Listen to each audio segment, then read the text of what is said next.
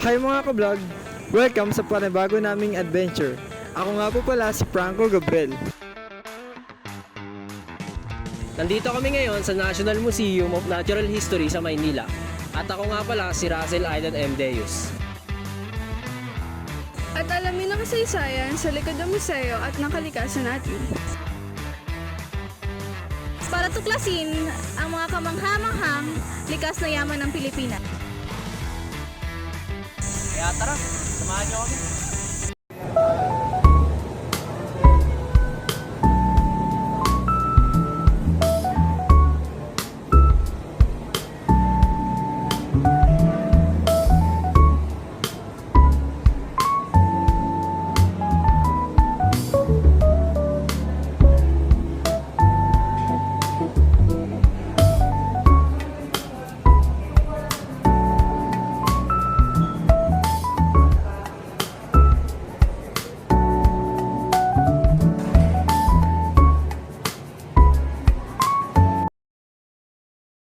Alam nyo ba, ang gusaling ito ay tinayo noong 1940 at dati itong Agriculture and Commerce Building.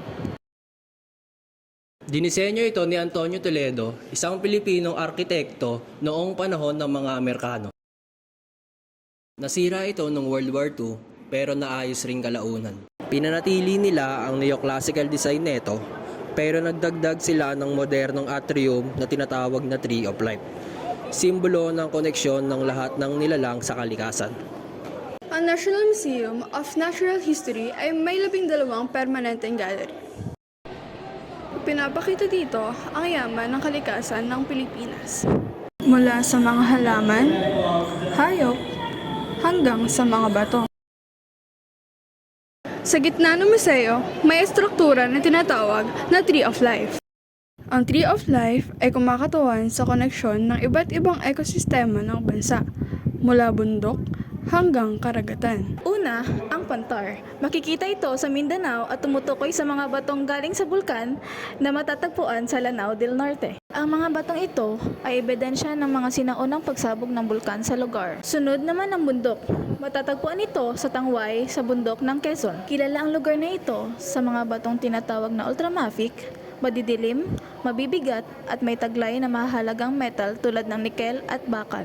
Ang Circular Bis rosae ay isang uri ng worm snail na matatagpuan sa mga mabatong bahagi ng dagat. Hindi ito gumagalaw tulad ng karaniwang suso dahil ito ay nakakabit sa mga bato o korales habang buhay.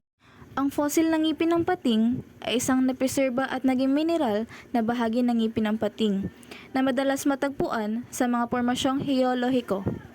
Ang mga fossil na ito ay may tatsulok na hugis, may ngipin-ngipin sa gilid at ang laki at hugis nito ay nag-iiba depende sa uri ng pating at sa posisyon ng ngipin sa panga. Ang mga dahon ng apitong sataf ay maaaring makitang nakaimprinta bilang mga fossil sa abo ng bulkan. Patunay ito ng presensya ng puno noong panahon ng aktibidad ng bulkan sa lugar.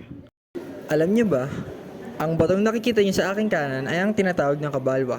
Ang Kabalwa ay isang Jurassic sandstone na matatagpuan sa Pilipinas. At alam niyo ba, ang Kabalwa ay nabuo nung panahon ng Jurassic.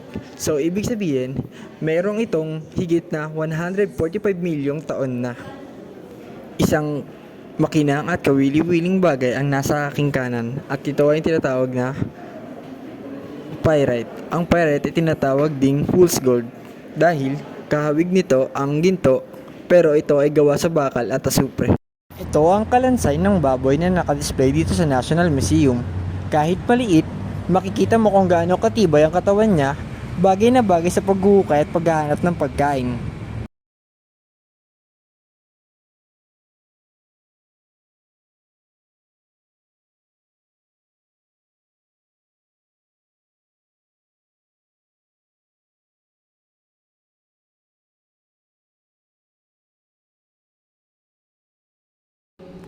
Pansinin ang nakatayong skeleton.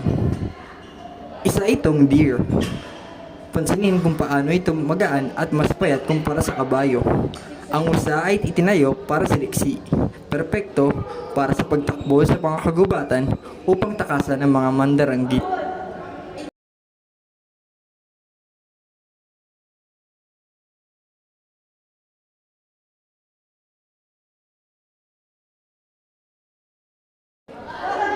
At ang katabi ng kabayo, ito ang skeleton ng isang deer.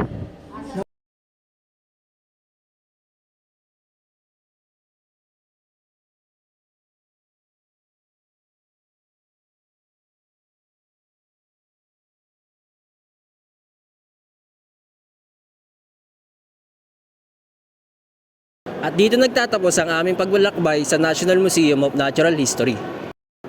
Naway marami kayo natutunan sa amin. Sana magustuhan niyo aming vlog! At huwag niyo kakalimutan mag-like, share, subscribe sa aming YouTube channel. Maraming salamat sa panonood!